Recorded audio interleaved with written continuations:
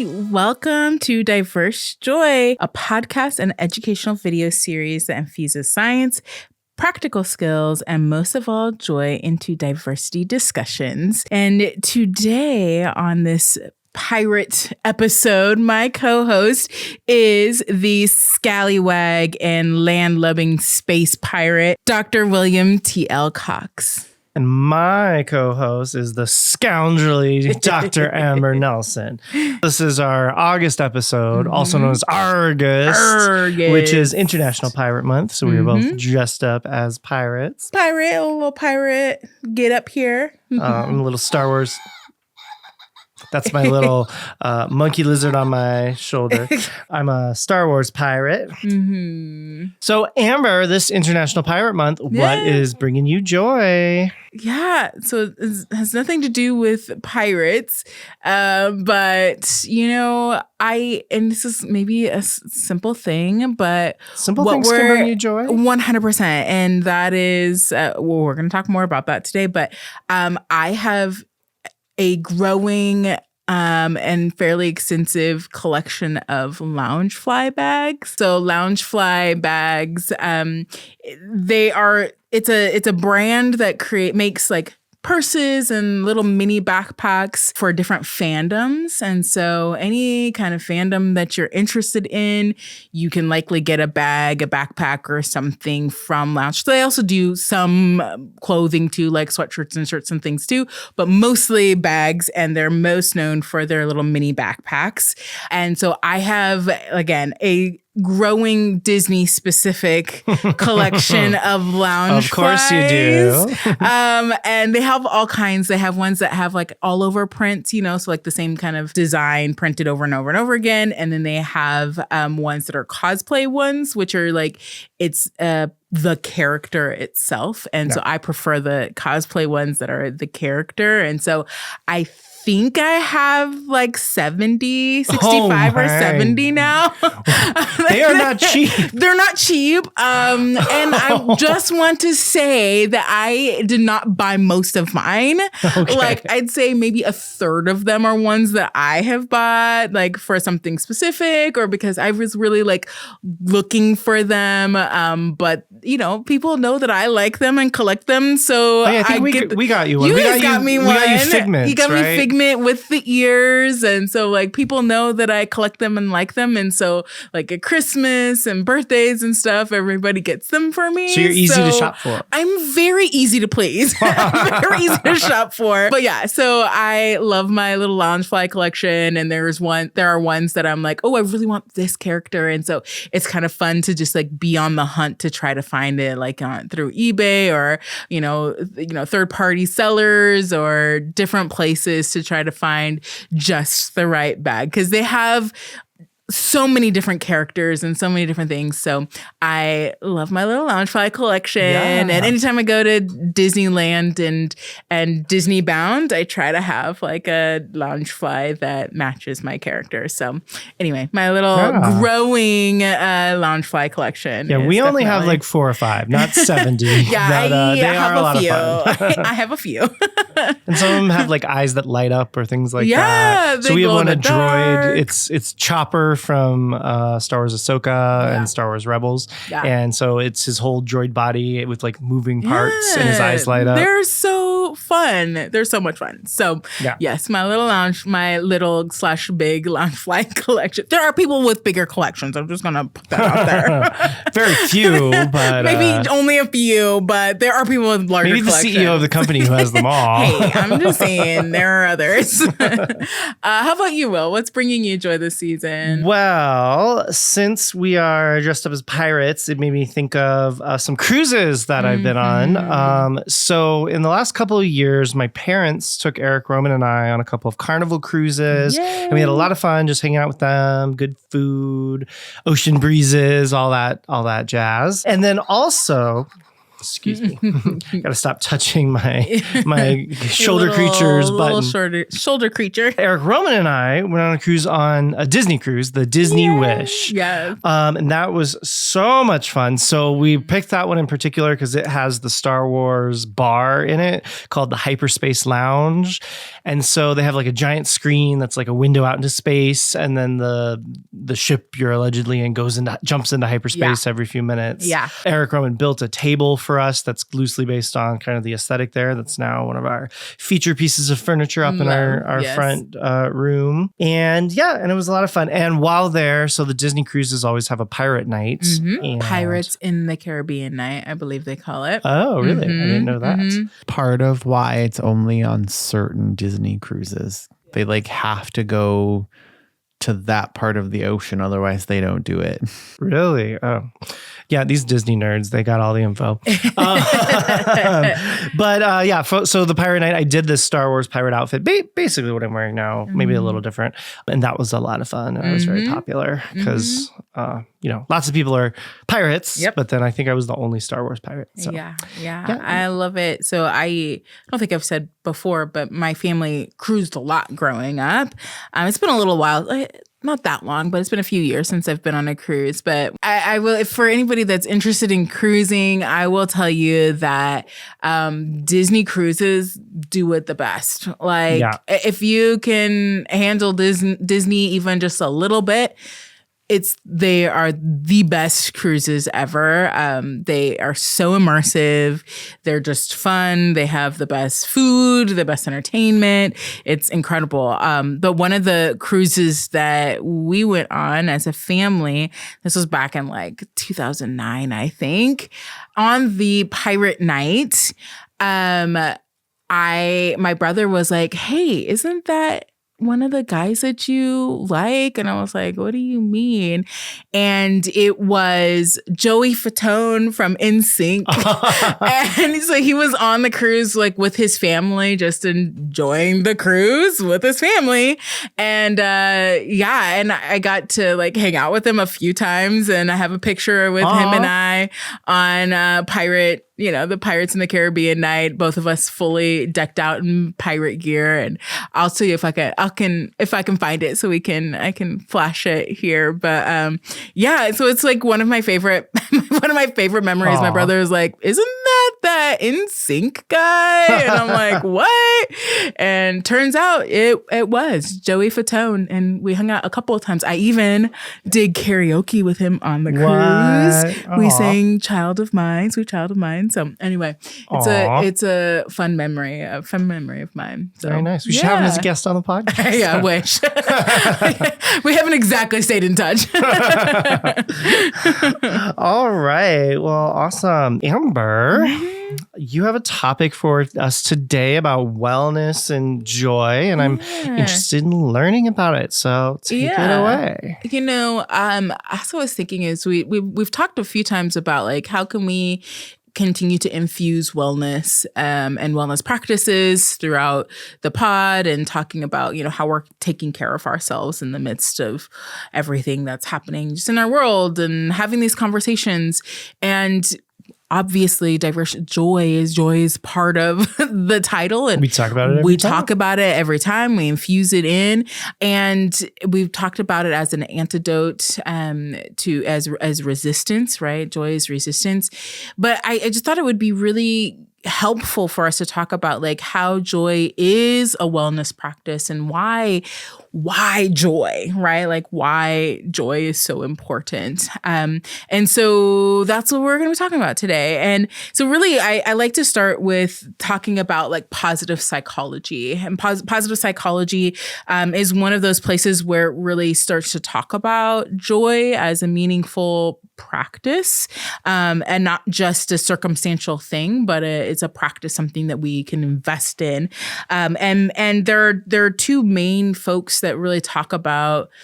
Could I just for those who aren't familiar with positive psychology, so, a lot of psychology grew out of medicine and was really focused on disorders. Yeah. Not that that's exactly negative psychology, but then kind of positive psychology came in as this movement saying, we shouldn't just study like why are people depressed, but what kind of positive factors lead to well-being and mental health and all of that. Right. And it was kind of a big shift for a lot of folks.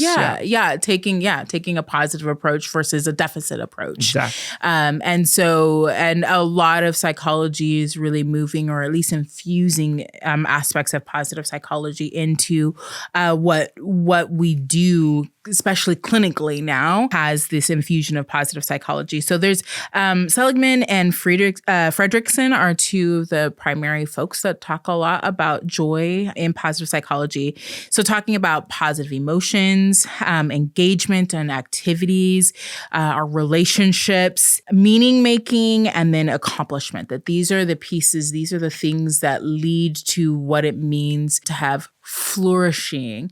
And those parts are really the things that we want to focus on when it comes to, again, having longevity and meaning making in our life. The acronym is PERMA, is the acronym in that. Is this one of yours? It's not one of my acronyms. I'll give you another one, but that is one that comes out of positive psychology. But what it stands for is P, positive emotion, E, engagement, like activities, R, relationship, M is meaning, and A is accomplishment and progress. And really, it is not just about feeling good, right? But it is part of the architecture of what it means to thrive. And joy is infused in every aspect of that.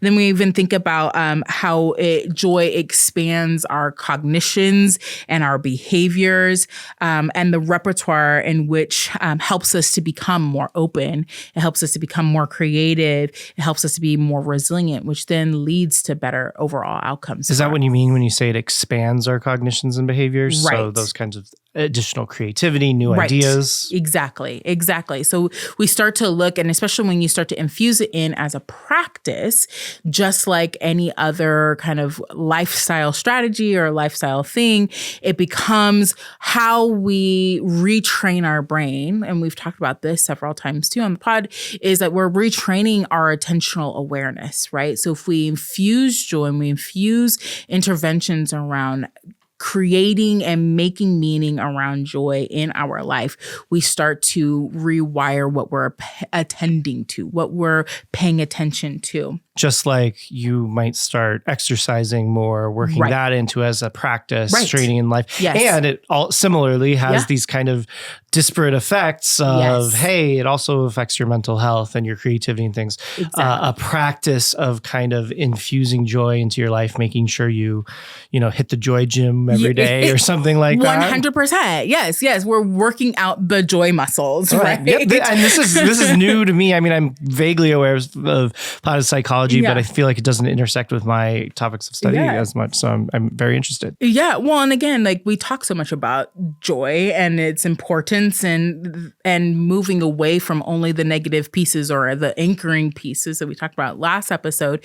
And so it's like, I think it's important for us to think about like why, right? We're retraining our brain to tend to these things. We're retraining our attention. And not just in the interest of diverse joy for working against bias, but also just for our health. At 100%. And again, from the neuroscience and health aspects, right? So joy is also increasing dopamine, which we talked about before too. Our dopamine and oxytocin. And oxytocin is really used when it comes to bonding and trust. And so when we are infusing joy, when we are practicing joy in moments, even when when it's hard, right? It's not negating that there's trauma or that there are hard things. What it is doing is it's saying in the midst of these hard things, there can still be joy. There can still be things. There's still meaning making and joy in this. And in that, it allows for trust to build. We have better bonding. This is why when we make our friends, right? Like the memories, some of our strongest memories are with others when we're sharing a positive moment, right? Yeah. Like those are the things that have some of our strongest bonding moments. Which is also why we talk about that broadening your input through genuine connections as our habit breaking skill. Yeah. Making those friendships across group boundaries some of the most powerful ways to fight against bias. Yeah. And doing that through joy versus trauma bonding, right? Yes. Now there are things like post-traumatic growth, and there are things that post-trauma, there's growth and joy as well. But what we want to do, is that we want to infuse it through joy first and not trauma first, right? Yeah. And so we also see that when we engage joy and enjoyment, we are also helping with engaging our parasympathetic nervous system, right? So we talked about that before as well, that rest and digest part. That then helps us reduce our cortisol levels. It reduces our blood pressure. It helps with all over health outcomes, reduces our helps our cardiovascular health, boosts our immune system, all of those things. So the more joy that we have in our life, the more things that we incorporate into our life, the better our physical health outcome, let alone our mental health outcomes as well. So there's so many things when it comes to joy that I think we really need to give it its due. And I think that there are also barriers to, I think, people really experiencing and understanding joy. One of those being feeling guilty, right? I feel guilty. There are so many other things going on in the world. Like, how am I supposed to be sitting here feeling joyful or happy? Also, with that grind culture that we talked about long time ago, yes. If I'm sitting here doing something that brings me joy, I'm not working. I should be working on something. Yes, you're shitting all over yourself, right? I should be doing this. I should be doing that. This is a waste of, quote unquote, waste of time. Hustle culture and grind culture is a huge robbing of somebody's robbing of your own joy. Huge thieves of joy is thinking that our worth is only tied to our productivity, right? And that will get me into a whole other side quest around capitalism, which I will spare you all of for this episode, but maybe on a future one. At least in this episode. But yeah, this idea that I have to keep working. I'm going to feel bad if I'm not making money, or I feel bad if I'm not out there protesting, or I'm not doing this, or this person is suffering.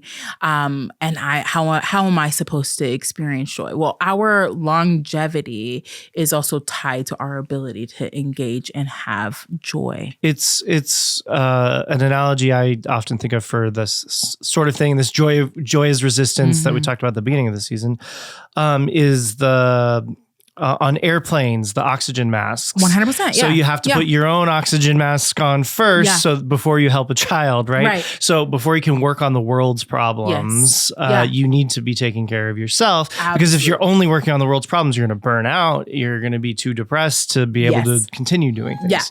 Yeah. If you've not been filling up your tank, you cannot pour into anybody else's tank, right? So joy and wellness and caring for yourself is preventative medicine. It is not a means of reaction. It's not saying I haven't been doing things I should probably try. It is preventative medicine. We have to be actively pouring into it. Yes.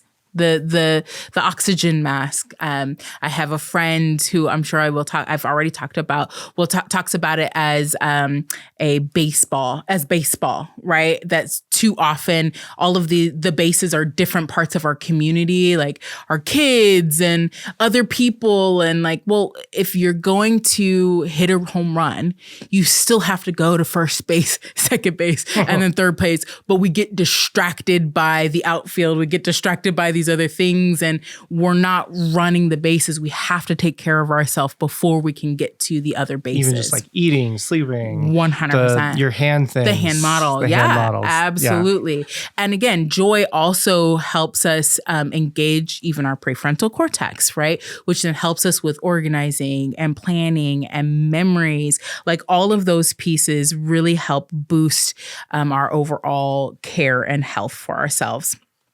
So, what I was saying, like joy as a hygiene practice, right? So, it's a lifestyle strategy, but it's also a hygiene practice. It's preventative medicine we have to be putting into it. So I have, of course, an acronym and some practices. But what I'd like to do is just do one really quickly together. Okay. I mean, it takes about 30 seconds. And so what I want you to do... Is it something the listeners can do along with us? Yes. I want all the listeners... We're just going to take like 30 seconds, not even. Take a moment to take a deep breath in through your nose and out through your mouth. And I just want you to notice around you and look at just the things that you're surrounded by and take note of one thing that brings you even the teensiest bit of joy. Just one little thing that you can say like, that thing makes me really happy. It brings a lot of joy. And just kind of like note that for yourself. It's called joy spotting. And it is something, again, you're just looking at what you can see around you, what you're surrounding yourself with, how you're infusing joy into your environment. And that attentional spotlight, again, micro moment of being intentional about connecting to the joy that you surround yourself by. Will, what is something that you noticed when you were looking around? Well, we have all our pirate decorations. All our fun pirate stuff, yeah. And there's a cool little jeweled bracelet that gave me joy. Yeah. When I'm like looking around and you guys always have so many amazing things. Of course, your little monkey lizard on your shoulder. We have your Legos, and there's like a little Lego dinosaur. And I was like, that is just so cute and so playful. But what we want to do, again, is slow down, even 30 seconds, to connect to and spot joy in your environment. Again, what this does is it helps you then start to be able to more easily spot and connect to joy in your everyday life, right? It brings that attentional awareness. One of the things that I think that happens, again, barriers to joy, barriers to some of our wellness, is that we think that it has to be a practice that requires a lot of time and energy.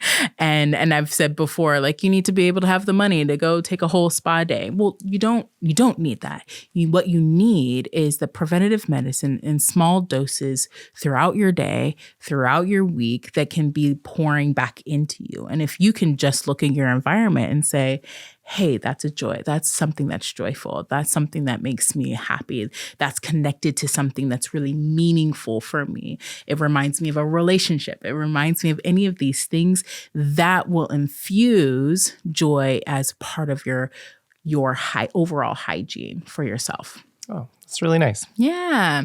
So I have an acronym for a few other ways in which we can engage and capture joy in our day-to-day life. But before I get there, I'll have us take a quick break and then we'll come back. All right. All right. Welcome back from break, everyone. So the acronym that I have is SMILE. As a way to remember our joyful activities. So S stands for savor small moments. M, move playfully. I, imagine and create. L, light up your senses, and E, engage in connection. So S, savor small moments. So this is like the first activity that I had us do, right? Connecting to joyful moments around us or things that are in our environment, but also intentionally doing small things that take very low effort on your end, but that can continue to bring you joy throughout the day. So like last episode, your joy was dopamine dressing. Exactly. Yes. So like wearing your fun sparkly glasses or things like that all day can bring you joy. 100%. My glasses, dopamine dressing, Disneybounding, right? Nobody else has to know I'm dressed up like Princess Tiana, but I know I'm dressed like Princess Tiana, and that brings me joy. Wearing a Loungefly backpack, whatever that is, or it can be wearing a piece of jewelry that's super meaningful for you, right? Like that you can go, like some folks, maybe it's their wedding ring, or maybe it's a bracelet that their grandmother gave them, or whatever that is. One little thing that can be part of that way that you can spark joy in your everyday life, right? Savor small moments. This is like micro dosing of joy. Micro doses of joy, right? Oh, the other part of that too is also delight journaling. So delight journaling is just listing 1 to 3 things every day of something that brings you joy, right? And we model this really, really well here. I mean, if we just pat ourselves on the back really well. Okay, so then M is move playfully. So this is about 2 pieces. 1, play. And whimsy, right? Again, whether that is dressing up in cosplay or drag or whatever that is, it's engaging in play across the board, playing board games. This is all kinds of things that is playful. Especially as adults, we lose sight of play. Often we get really serious. And sometimes, I've had some people say like, oh, we just changed the definition of play, or we changed the ways in which we play. And that is true, but there's something about childlike wonder and both and going to the park and swinging on the swings. I love swinging on the swings. Well, when you said move playfully, I was thinking like, walk across the room in a little dance. Yes, that's the other part. The other part is engaging in play, but is also the movement part, right? Dancing, taking dance breaks. Like I'll do that with my kids. Like, hey, like dance break. And we're just take a minute. We listen to one song, right? Well, and the breaks we take on the show, for the people who watch on YouTube, Eric Roman calls those dance breaks. Right. Like he puts dance break up on the screen a little dance with break. Our theme music. Yeah. And that can be, specific types of dance. It could just be a little groove, a little shimmy, a little move. But just getting your body moving and engaging in play. The other piece about that movement is you want to move for pleasure and not for performance. So even if you are doing something performing, like it's not about accomplishing something specific. It's just movement for moving. So because you're accomplishing something, it's not really play. Right. It's not play. And so I have said before that I am not an outdoorsy person, but I'm outsidey. Like I like to be outside and not outdoor. But I'll go on a little hike, but it's not about me accomplishing getting to the top. I walk until I'm done and then I leave, right? Because if I push myself to have to get to the top, I lose out on some of the joy of just having been outside and doing those things. So it's about the pleasure and not the performance or the accomplishment itself. I stands for imagine and create. So we're talking about creative expressions, right? You don't have to be a great artist to do things that are creative. This podcast is creative. Our dressing up is creative. Doing art, doing crafts.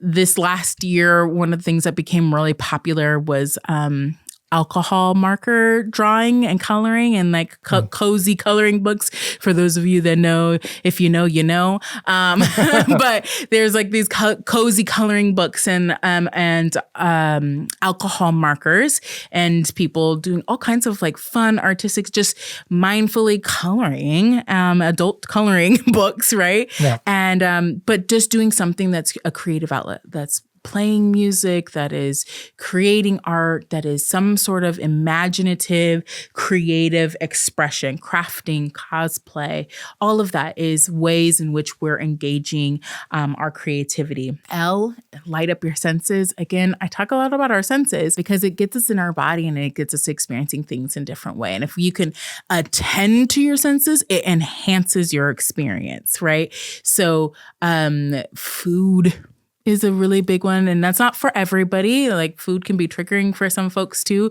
But going in and having like a really good meal and like being really mindful and while you're eating it, feeling it, tasting it, savoring it, cozying up with a really good warm blanket, feeling the coziness. So like anything that you can really engage senses, or going in, creating your own scent. There are places where you can like make your own signature perfume or cologne or candle, things like that, where you are part of the creation and it engages the sensory part of the experience because it connects to your brain and your body in a different way. Lastly is E, which is engage, connection.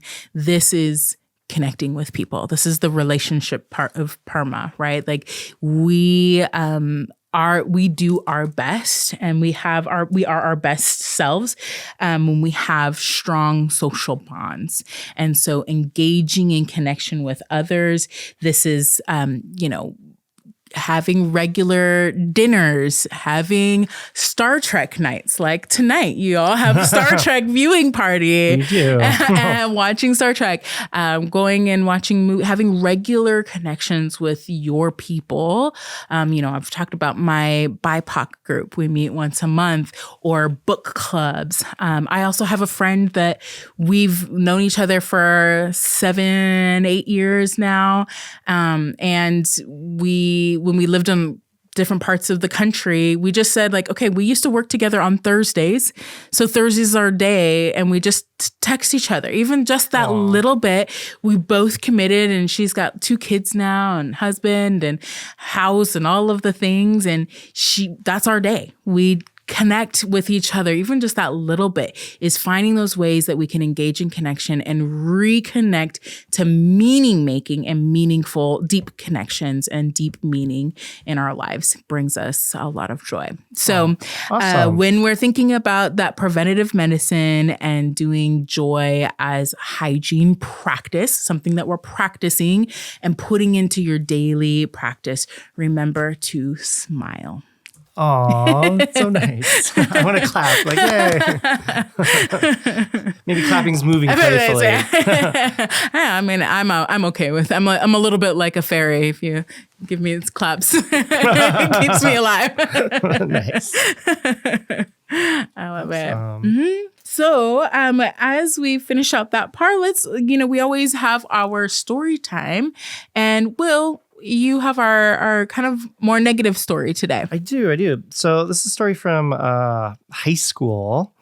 So I think at least once on the podcast I've mentioned I went to 3 different high schools because military family. And this was the middle high school, which is a mostly white high school, very rich country club, white kids on Cheyenne Mountain High School in Colorado Springs, Colorado. And in my AP bio class is when this happened. So those of you who are our age or older will remember the Charlie's Angels movie starring Cameron Diaz and Drew Barrymore and Lucy Liu. It was a big hit movie at the time. It was a big a lot of fun. Mm-hmm. And for some reason, our biology teacher had brought it up and asked what people thought of it. And he's asking people, which one was your favorite?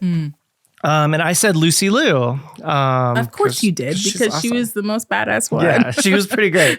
And also, I mean, I think part of it is because of like a little bit of homophily, like we've talked about a couple of times. So my mom, you'll remember, is Hawaiian and Chinese, and Lucy Liu is of Chinese descent. And so, you don't often see people who look like my mom in the movies. And I think there was a little bit of a connection there. And so I was like, Lucy Liu. And one of the girls in the class was like, ew.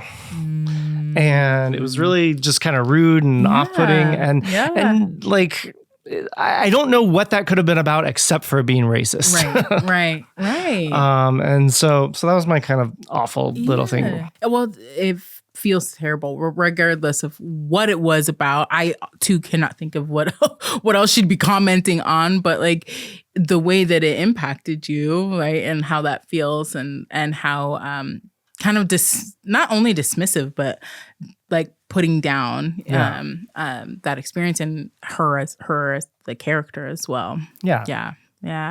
One of our most talented, beautiful, wonderful actors. So talented. Yeah. Amazing. Yeah. So that's my kind of negative story. And Amber, you have a positive story to keep us microdosing joy, right? Microdosing joy, yeah. And this is something that also continues to bring me joy when I see it and I remember it is actually my nose ring. And so for those of you who are on video and have seen pictures of me, I have a nose ring and I've had it since I was like 18. And again, I'm 40. 41. So I have had it for a really long time. And when I was growing up, having a nose ring in like the 90s and early 2000s was really a cultural signifier for Black women.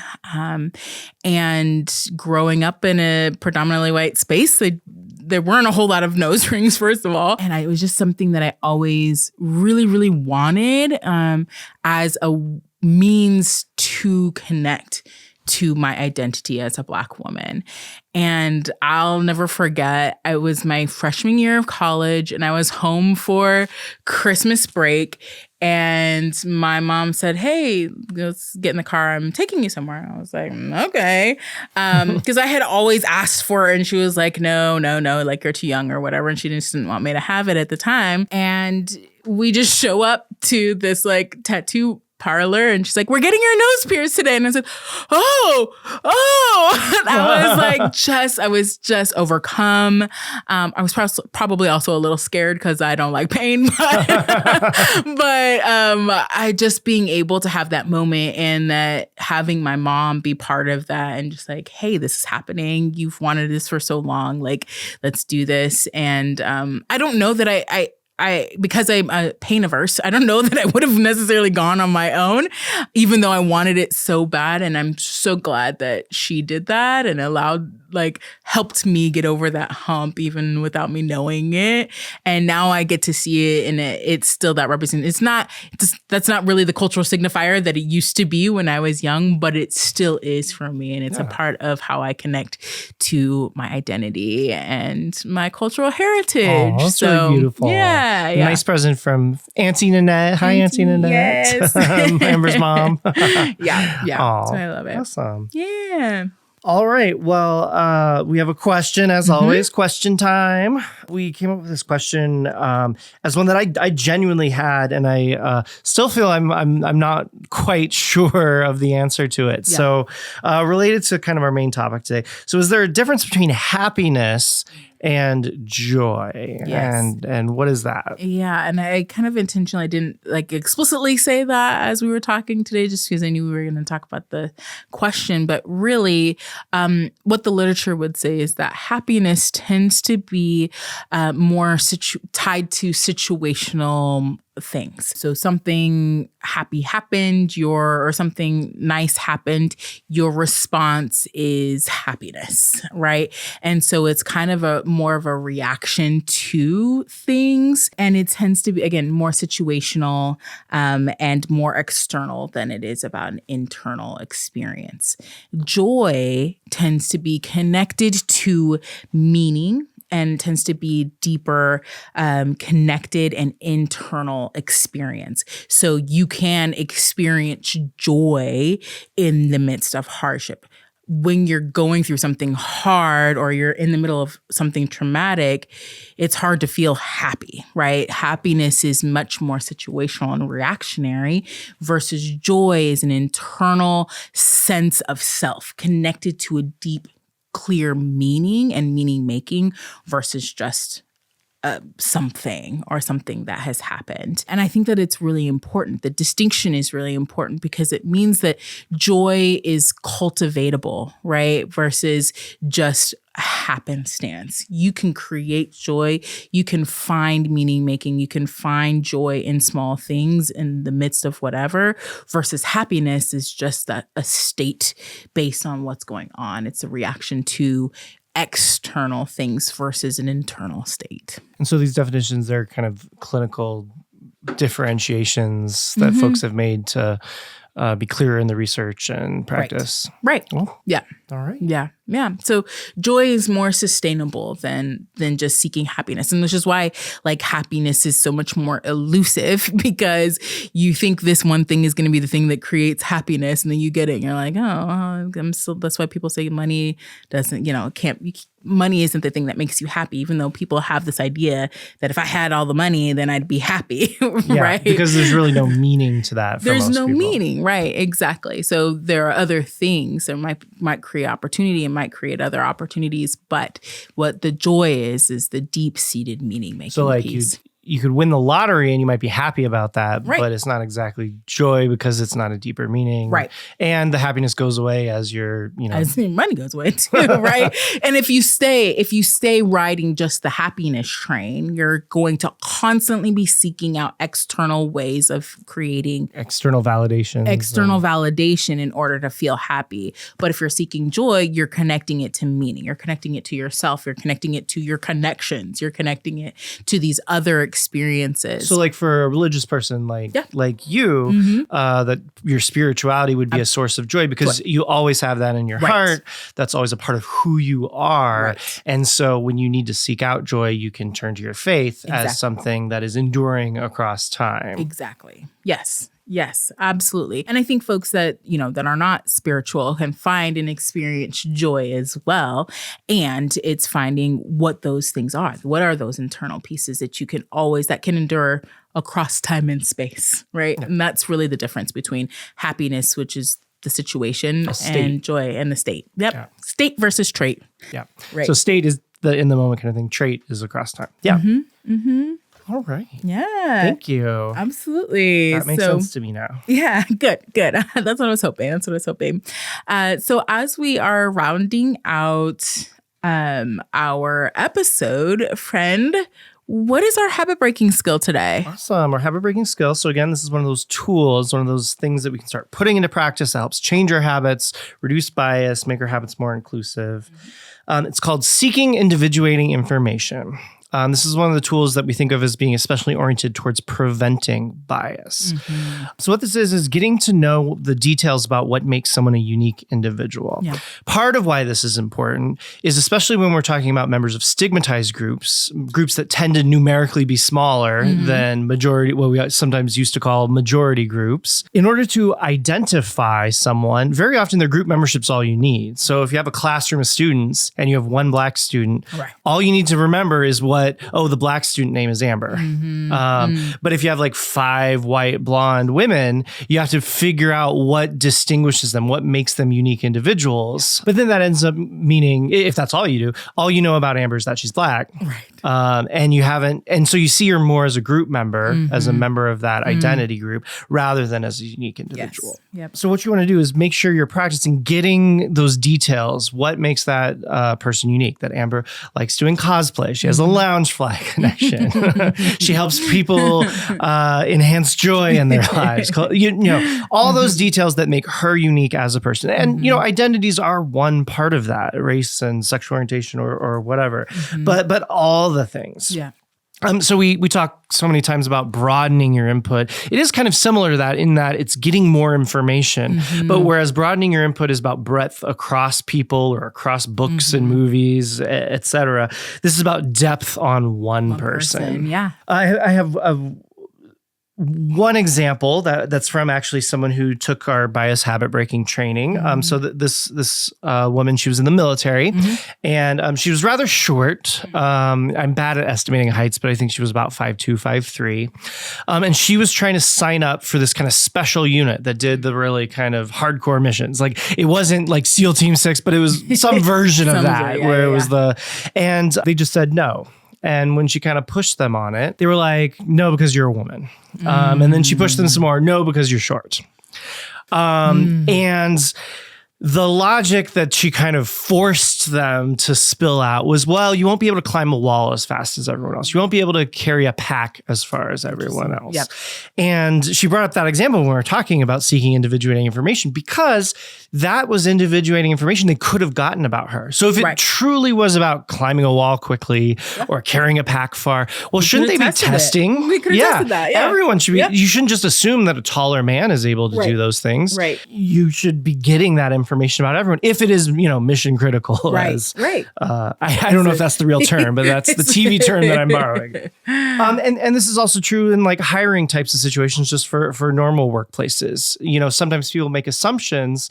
For instance, we see with people's names. So we had our guest a little while ago, Shijo Shia, who has a Chinese name because she is Chinese. Mm-hmm. People will see that on a resume and they'll start having thoughts like, maybe this person doesn't speak English well. Right. Or things like that. Well, that's an assumption. And if you know that assumption is something that you might be likely to make, well, how well someone speaks English, that's individuating information you can get about them.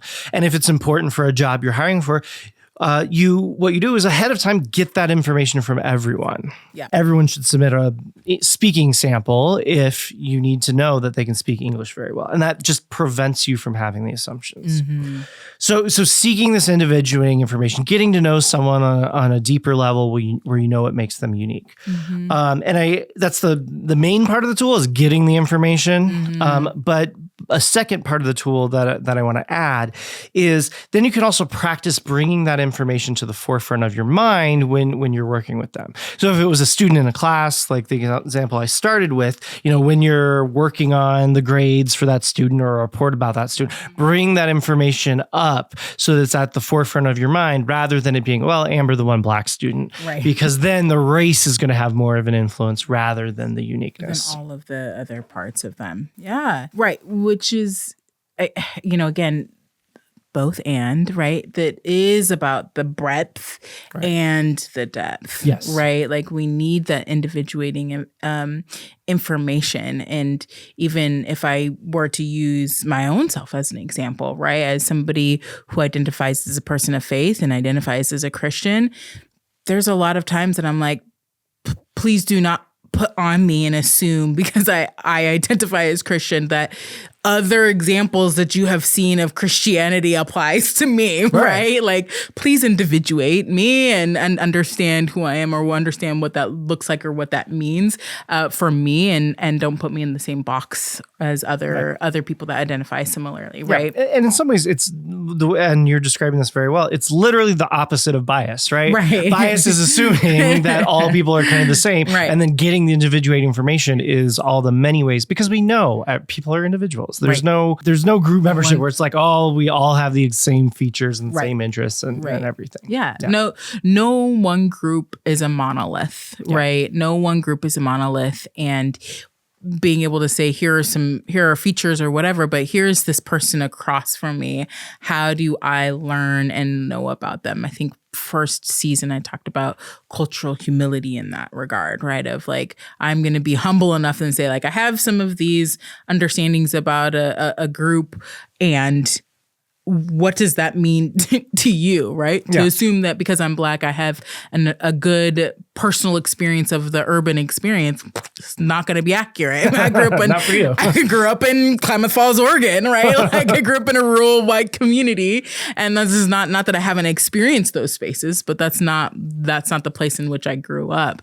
And so absolutely, right? Like being humble enough to say like, I'm going to individuate you from everybody else from your group. Doesn't mean that some of those group things don't apply to you, but what does that mean for you specifically? And as the kind of default state, which we talk about a lot, what our habits drive, we're often more likely to do that kind of individuating for people, either people who are similar to us or people who are more of the numerical majority, because of necessity, you have to differentiate those 5 blonde girls in your class because there's no other way to tell them apart and learn their names. Right. And you don't have to do that as much when it's someone from a demographically smaller group. Yeah. All right, so we'll take one more break. Go on our last break, and then we'll be back with our joyful recommendation. Woo!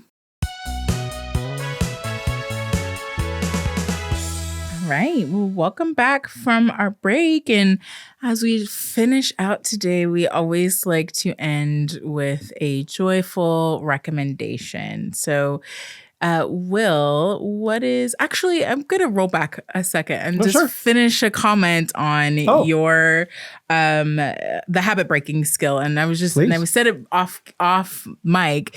But I was just saying that like in all of the years that I do, diversity work and this, thinking about individuating factors, and I talk about it from a humility perspective.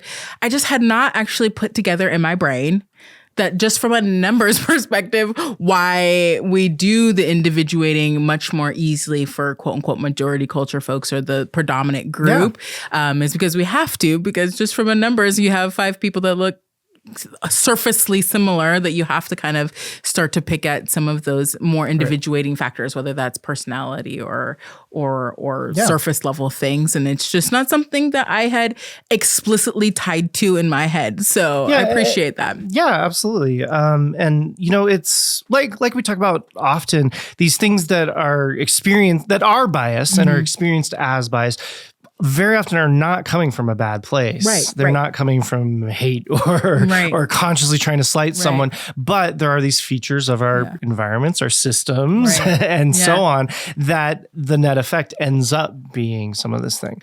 And this, it's closely related to, I'm sure, I don't know that we've talked about it on the podcast, but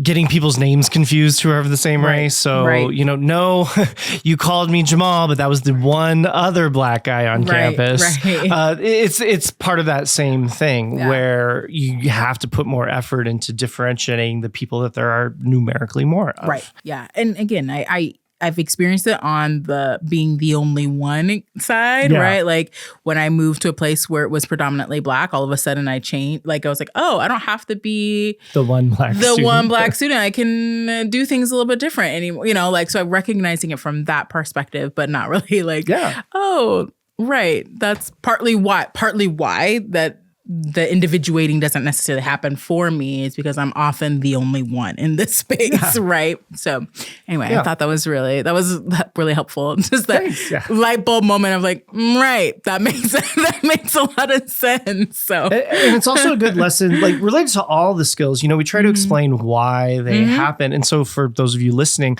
if you're having a conversation with someone else about maybe using one of these skills or whatever, having the reason why something happens, especially when it's like, it's not just that you're not saying, oh, you're racist, because when there's no reason and it's like some kind of racial bias, often that's where people's minds go, oh, you're calling me evil, you're calling me hateful.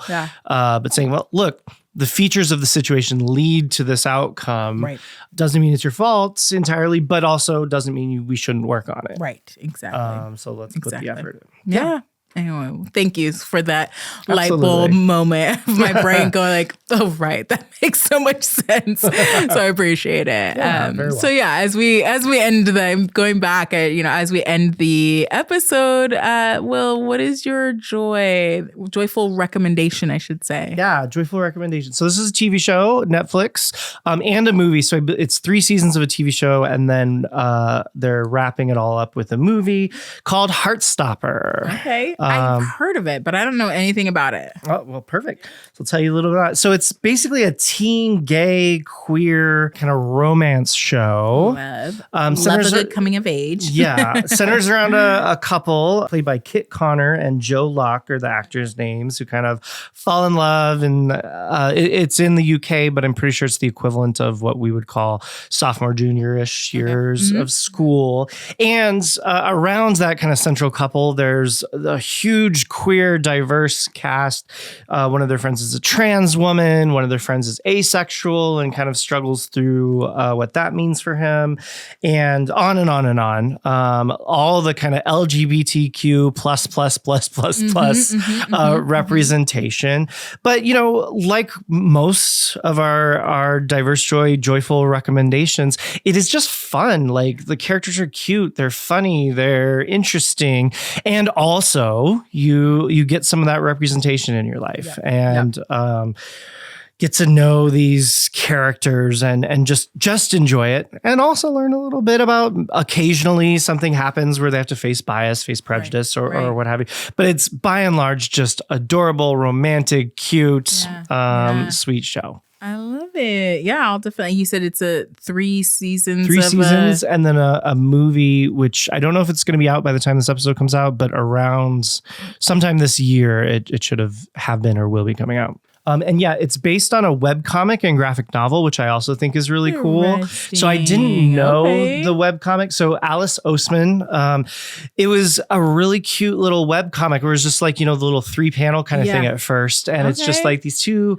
adorable teen guys are meeting and having little romance bits. And then she kept expanding her webcomic and eventually published it as a series of graphic novels. Cute. Had a huge following that kind of happened very organically. And I really like things like that, where it's like fans liked it so much it got legitimacy. Right. Quote unquote legitimacy. It always was legitimate, but mainstream recognition. Rather than something like you had to be working at a production company before you could get something as widespread and popular as this. Interesting. And then so it's getting wrapped up with this movie, which I'm excited for. And adorable. Definitely good for microdosing joy. Love it. It has just all those little cute moments where you're like, oh, these teenagers are so cute.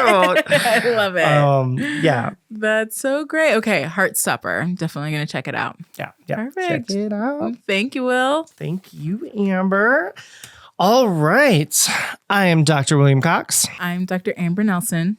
My book, Overcoming Bias Habits, is out now. Yay. Order yours today. You can learn all about seeking individuating information and how the numerical stuff is part of the reason for it. That's right. Check it out to learn evidence-based skills to help you effectively reduce bias and stand up for diversity. Diverse Joy is produced by Eric Roman Binding with music by Jay Arner. Follow us at Diverse Joy on most social media platforms for extra content, including pictures of our amazing pirate outfits. Obviously. If you enjoy the show, help us reach more people by leaving 5-star reviews or by recommending it personally. Word of mouth accounts for 70% of how people find new podcasts. New episodes released the first Wednesday of every month.